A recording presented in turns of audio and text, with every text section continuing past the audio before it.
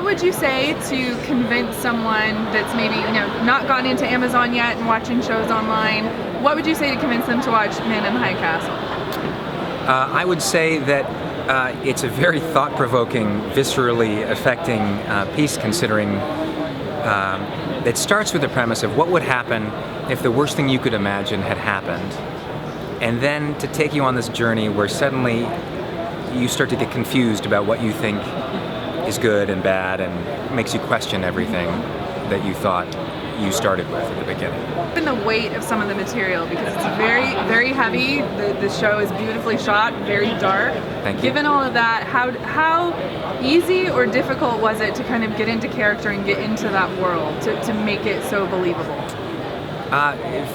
For me, it was super exciting. I mean, I think because you're starting at such a place that's far away from what our everyday reality is. It's it's like in 1962. It's not now. It's a different reality. It's so vividly created around you. I think for me, and I'm playing a character that's so different from who I like to think of myself as, like in my day-to-day life. It was such a great jumping off point. I mean, it was very exciting to enter that world and explore that place. Even though it is sort of a dark and scary place to be. What do you have a particular scene that you enjoyed? Like once the pilot was shot and everybody was watching it, yeah. If you watched it after, what were your thoughts? I mean, kind of what hit you seeing it for the first time put together?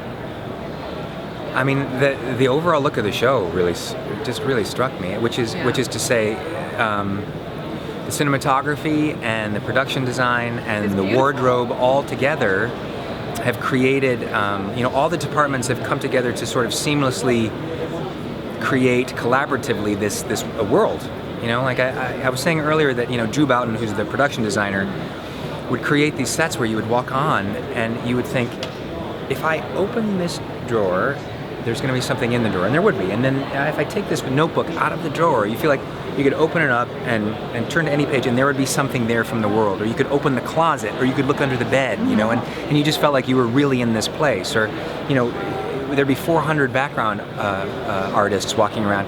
You could go to the person all the way in the back, and Audrey would have fit them perfectly, even down to little things on their belts and stuff like that. It was so thorough and so completely realized that it made it so easy and a gift to sort of drop into that place, to do your job, to be present in this world. What, for you, do you want to translate to them from this show? Like, what's kind of the one thing that you want people to take away? I want them to feel like they're in a real place. I want them to believe that that this reality that we're showing them, that it's I want them to feel like they're in it and to have that visceral reaction of what it's like to be in this place, and so that we can take them somewhere else by the time the series is over.